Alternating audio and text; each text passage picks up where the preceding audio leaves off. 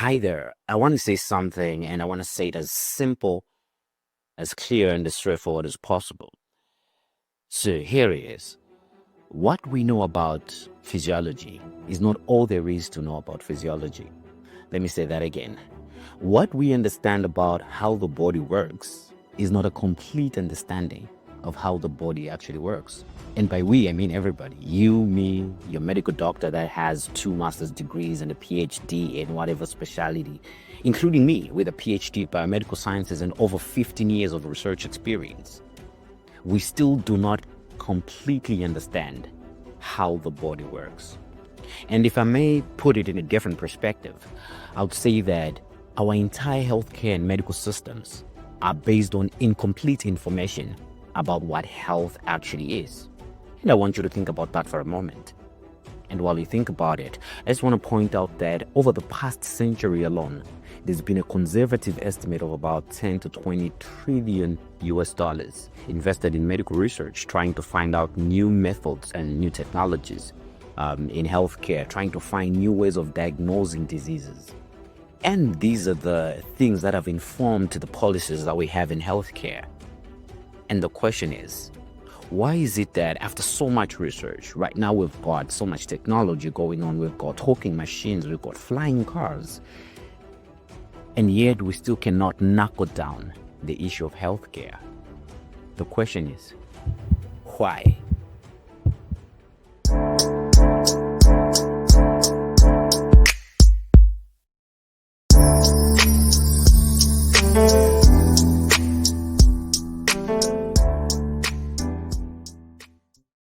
All right, let me start off by quoting this famous saying about knowledge that is often used in the military, and it puts things in 3 categories. This is about knowledge. So the first category is the known knowns. These are things that we know, so we do them, we use them, we go about our daily lives knowing these things, we understand them, so we are fine dealing with those things.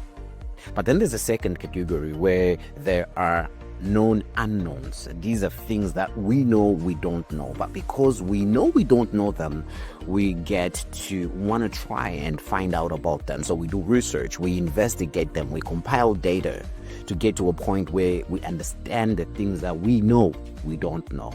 But then it becomes tricky because there's a third category of things, and these are things that we don't know. So these are called the unknown unknowns. So we do not know that we don't know those things, and it becomes tricky because we only assume that they don't exist. Fair enough, because we don't even know that we don't know them. And I think that's the first problem that we're dealing with in healthcare. There's a lot of things that we don't know. So because we don't know them, we get to mess up in the way we handle our understanding of physiology, in the way we handle our understanding of pathology, and in the way we make our policies on disease management and disease diagnosis. And in fact, there's certain things that we want to define in a certain way, and because we don't fully understand what that thing is, we end up giving ourselves a fair enough definition of different things, but truth is we don't know fully what those things are. And the second problem in healthcare that I think is really very important is the fact that we have standardized our knowledge system so much that anything else that comes and says something contrary to the established beliefs about what we know in healthcare becomes an alien knowledge system, and we deny it with everything that we have. And I'm going to make a very complete video about what I mean by hyper-standardization of our knowledge system. What I want us to talk about now is the issue of electrophysiology and electromagnetic biology. Sounds like very technical, fancy words. They're not. And one day I'm going to talk about the facade in medicine of trying to use fancy words for very simple things. A story for another day. But what electrophysiology is, you're just looking at the electrical activity of biological systems. And electromagnetic biology, you're looking at the interaction between the electromagnetic fields that are in the universe, electromagnetic fields that are man-made, and electromagnetic fields that we generate as a people. With the interaction with other biological systems. So I'm going to break it down for you. As human beings, we can conduct electricity. And not only can we conduct electricity, we can generate electricity. And that is why we have things like the electrocardiograms, the ECGs that we use in our clinics today, because we understand that our hearts work by electrical stimulation. So if we can follow through the currents in the heart muscles, then we can get to understand how the heart is functioning. In neurology, we have the same thing. We understand that our brains and our nervous systems, they work through electrical conductions. Actually, it's very interesting because if you look at the entire anatomy of the nervous system, it is lines, cables that are insulated in a non-conductor fabric. In the same way this cable is. You see this cable? This cable, there's a line inside that conducts electricity. This is my charger, I guess. There's a line that conducts electricity in here, and then there's an insulator. Any cable that you have, your chargers, they are meant to have a line inside, and they're insulated with a plastic material that is a non-conductor. And that's the same thing with our nervous system. Our nervous system is insulated in exactly the same way these cables are made, insulated by myelin tissue. So that is the extent to which our bodies function by electricity. However, there's a problem because the only times that we acknowledge the electrical activity of our bodies is when we are doing these very simple investigations of following heart physiology, looking at nervous function and stuff like that. But this goes a very long way. There's a lot of diseases that we're dealing with that have a lot to do with the mischanneled electrical activities of our bodies. And then electromagnetic biology just looks at the interactions between electromagnetic fields and biological systems. And this is where it gets very interesting. And this is where we're going to have a lot of discussions on, because we want to understand the actual effect of electromagnetic fields to our physiology. We want to understand the actual effect of electromagnetic fields in our lives. My space here, or your space there, is not an empty space. There's a lot of electromagnetic fields that are in this space. The fact that we cannot see it doesn't mean they're not there. It's only because our eyes can only comprehend, can only visually see, can only visually observe electromagnetic radiation, which is the light that we see from 400 to 800, specifically from 380 to 780 nanometers in wavelength. So that's the only form of electromagnetic radiation that our eyes can actually comprehend and visually observe.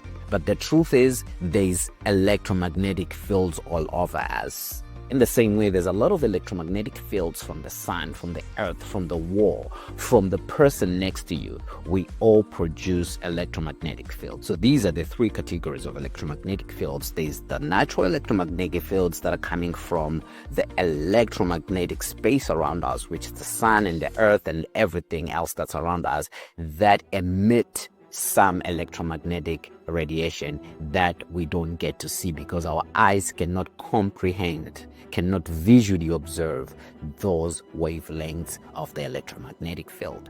And then there's the man-made electromagnetic fields. These are the Wi-Fi's, the Bluetooths, the microwaves that we use to cook our noodles with. All those are man-made electromagnetic fields. Every home right now has got Wi-Fi. The fact that you're watching this video, it means you're connected to the internet. So there's actually an electromagnetic field that's bringing in the Wi-Fi, but you cannot see it, but it's there.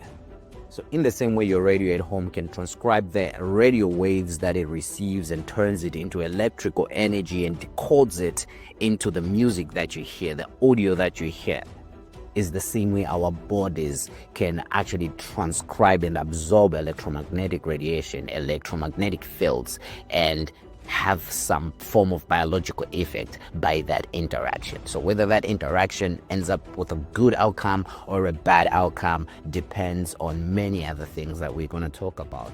It is always the type of electromagnetic field and how our body reacts and responds to that form of electromagnetic field.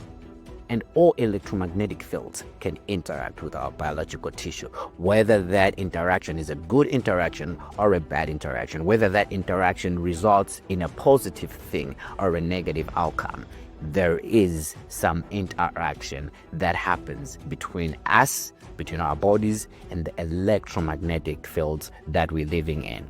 And of course, as a people, we also produce electromagnetic fields. So that is why you hear people speak about the energies that we have between each other. Most times, relationships work by the electromagnetic polarities that are going on in that relationship. Another interesting conversation that I'm going to talk about. But right now, I just want you to understand that there's three categories of electromagnetic fields: the natural ones, the man-made ones, and the biological ones, the ones that we produce. And that is very important.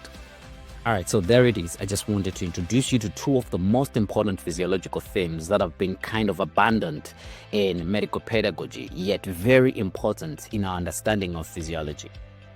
So right now, this is as far as I'm going to go, but there's more discussions that we're going to do. So remember to subscribe and hit the bell icon so that you don't miss any of our conversations. Let me finish off by saying this one thing. It's another proverb that is used quite often in how we perceive knowledge. And it goes like this: he who knows not and knows not that he knows not is a fool. Shun him. But he who knows not and knows that he knows not is simple. Teach him. But he who knows and knows not that he knows is asleep. Wake him up. But he who knows and knows that he knows is wise. Follow him. I'll leave it there. Peace.